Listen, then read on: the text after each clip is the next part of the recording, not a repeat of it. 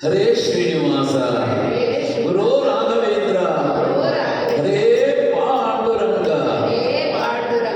ನಿಮಗೆಲ್ಲ ತಿಳಿದಿರುವಂತೆ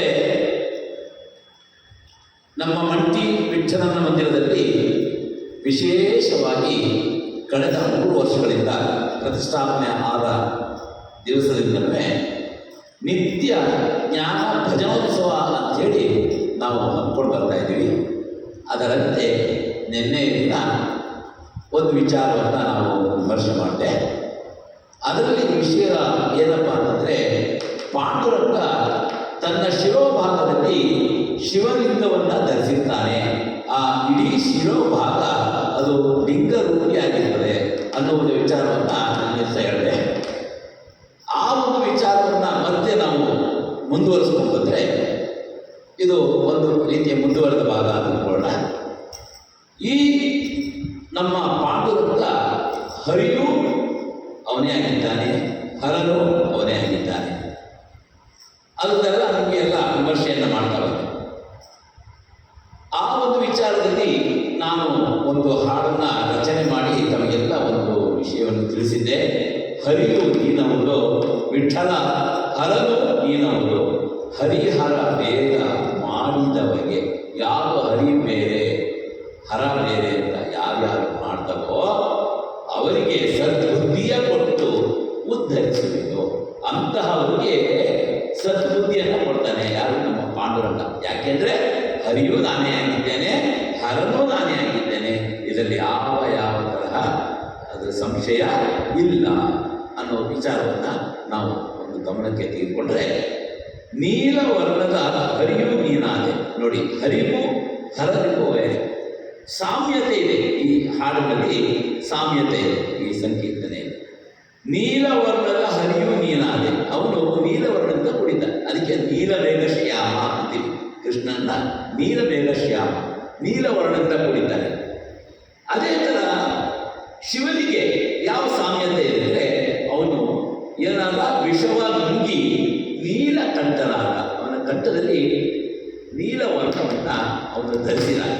ಅಂದರೆ ಹರಿಯೂ ಇಡೀ ದೇಹವನ್ನೇ ನೀಲಮೇಘಶ್ಯಾಮ ಮಾಡಿಕೊಂಡ್ರೆ, ಅವನು ಕಂಠದ ಭಾಗವನ್ನು ನೀಲಕಂಠನಾಗಿ ಮಾಡಿಕೊಂಡ.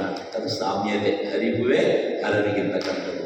ಹಾಗೆ ಶ್ವೇತ ವರ್ಣದ ಅಮೃತವ ತಂದು, ಬಿಳಿ ವರ್ಣದಲ್ಲಿ ಕೂಡಿರ್ತಕ್ಕಂಥ ಅಮೃತವನ್ನು ನಮ್ಮ ಭಗವಂತ ಅವನು ಎಲ್ಲರಿಗೂ ಅಮೃತವನ್ನು ಉಣಿಸ್ಲಿಕ್ಕಾಗಿ ಅವನು ಸಮುದ್ರ ಮಂಥನದ ಕಾಲದಲ್ಲಿ ಅವನು ಸ್ತ್ರೀ ರೂಪವನ್ನು ಧರಿಸಿ ಒಂದು ಬೆಳ್ಳಿಯ ಒಂದು ಚಿನ್ನದ ತಂಬಿಗೆಯಲ್ಲಿ ಎಲ್ಲರಿಗೂ ಪ್ರತಿಯೊಬ್ಬರಿಗೂ ಅಮೃತವನ್ನು ಉಣಿಸಲಿಕ್ಕೆ ತಂದ. ಅದು ಅಮೃತ ಯಾವ ವರ್ಣ ಇದೆಯೋ ಶ್ವೇತವರ್ಣದಿಂದ ಕೂಡಿರ್ತಕ್ಕಂಥ. ಹಾಗೆಯೇ ನಮ್ಮ ಶಿವನಿಗೆ ಯಾವ ಥರ ಇದೆ ಅಂದರೆ, ಭಸ್ಮವ ಧರಿಸಿ ಪಾಂಡುರಂಗನಾದೆ. ಅವನು ಭಸ್ಮವನ್ನು ಧರಿಸಿಕೊಂಡ. ಯಾರು? ಶಿವ. ಆ ಶಿವನ ಏನಾದ? ಪಾಂಡುರಂಗ ಆದ.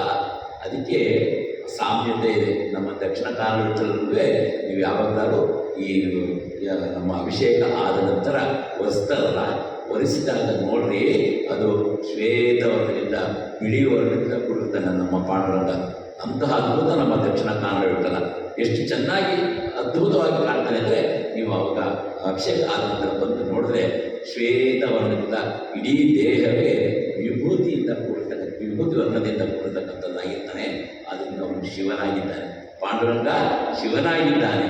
ಹಾಗೆಯೇ ಶಿವಲಿಂಗವನ್ನು ಧರಿಸಿದ. ಅದಕ್ಕೆಲ್ಲ ಒಂದು ದೃಷ್ಟಾಂತವನ್ನು ಕೊಟ್ಟಿದ್ದಾರೆ ನಮ್ಮ ಪೂರ್ವಿಕರು, ಸಂತರು.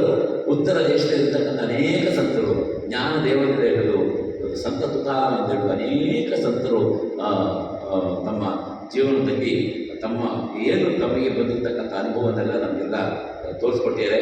ಅವ್ರದ್ದೆಲ್ಲರೂ ಕೂಡ ಇಲ್ಲಿ ನೀವು ನೋಡ್ಬೋದು. ಅಲ್ಲಿ ಸಂತ ತುಕಾರಾಮ ಆಗಲಿ, ಜ್ಞಾನದೇವ ಆಗಲಿ, ಭಕ್ತ ಕುಂಬಾರ ಆಗಲಿ, ಅವರೆಲ್ಲರದ್ದು ಫೋಟೋಗಳನ್ನು ನಮ್ಮ ದೇವಸ್ಥಾನದಲ್ಲಿ ಹಾಕಿದ್ವಿ. ಅಂತಹ ಒಂದು ಸಂತರಲ್ಲಿ ಒಬ್ಬ ನರಸಿಂಹ ಸೋನಾಂತನಿಗೆ ನಿನ್ನೆ ದಿವಸ ನಿಮಗೆ ಒಂದು ಅದರ ಕಥೆಯನ್ನು ಹೇಳ್ತಾ ಬಂದೆ ಅಲ್ವಾ?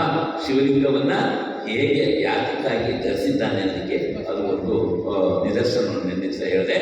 ಹಾಗೆ ಅವನು ಸಂತ ನರಹರಿಗೆ ಏನಾಯಿತು? ಶಿವಲಿಂಗವನ್ನು ಧರಿಸಿಕೊಂಡ. ಹಾಗೆ ಪುಂಡರೀಕನಿಗೆ ಶ್ರೀಹರಿಯಾಗಿ ನಿಂದೆ ಅಂತ ನಿಂತ್ಕೊಂಡ. ಪುಂಡರೀಕನಿಗೆ ಸೇವೆಯನ್ನು ಮೆಚ್ಚಿ ಅವನು ಇಟ್ಟಿಗೆ ಮೇಲೆ ನಿಂತು ಸೊಂಟದ ಮೇಲೆ ಕೈ ಇಟ್ಕೊಂಡು ನಿಂತ. ಅದಕ್ಕೆ ಅವನಿಗೆ ಏನು ಹೇಳಿದ್ವಿ, ಪುಂಡರೀಕನಿಗೆ ಶ್ರೀಹರಿಯಾಗಿ ನಿಂತೆ ಶಿವನಾಗಿ ಕ್ಷಿಪ್ರ ವರವ ನೀಡುವನಾಗ. ಶಿವ ಸಾಮಾನ್ಯವಾಗಿ ಬೇಗ ವರವನ್ನು ಕೊಡ್ತಾನೆ. ನೀವು ಯಾವುದೇ ಕೇಳ್ಕೊಳ್ಬೇಕಾದ್ರು ಅದಕ್ಕೆ ಪಾಂಡುರಂಗನಿಗೆ ಏನು ಹೇಳ್ತೀವಿ, ಬೇಡಿದ ವರಗಳ ನೀಡುವಗೆ ಅಂತೇಳಿ ಮಂಗಳದಲ್ಲಿ ಹೇಳ್ತೀವಿ. ಅದರ ಬೇಗ ಕೇಳ್ಕೊಳ್ತೀವಿ ಅದನ್ನು ಕೊಡ್ತಾನೆ, ಅವನು ಶಿವನಾಗಿ ಕೊಡ್ತಾನೆ. ಅದೇ ಥರ ವರಸಿದ್ಧಿಯಾಗಲು ಕಾನಡ ವಿಠಲನಾದ. ನಮ್ಮ ಕಾನಡ ವಿಠಲ ಶಿವನಾಗಿ ಏನು ಕೊಡ್ತಾನೋ ಅದನ್ನು ಸ್ಥಿರವಾಗಿರುವಂತೆ ಕಾಪಾಡುವುದು ಯಾರಪ್ಪ ಅಂದರೆ ನಮ್ಮ ಹರಿ.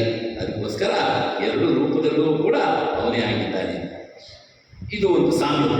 ಮುಂದಿನ ಪದ್ಯದಲ್ಲಿ ಕಡೆಯ ಒಂದು ಸ್ಟ್ಯಾಂಡರ್ಡಲ್ಲಿ ಶಿರದಲ್ಲಿ ಸುರನದಿಯ ಧರಿಸಿ ಶಿವನಾಗಿ, ಅವನು ಶಿರದಲ್ಲಿ ಸುರನದಿ ಯಾರು, ಗಂಗೆಯನ್ನು ಧರಿಸಿ ಶಿರ ಇಟ್ಕೊಂಡಿದ್ರೆ ವಿಷವ ನುಂಗಿ ಪುಂಡರೀಕನಿಗೆ ಅದು ಆಯಿತು ಅಂಗುಷ್ಟದಲ್ಲಿ ಜಾಹ್ನವಿ ಪಡೆದ ಹರಿಯಾಗಿ.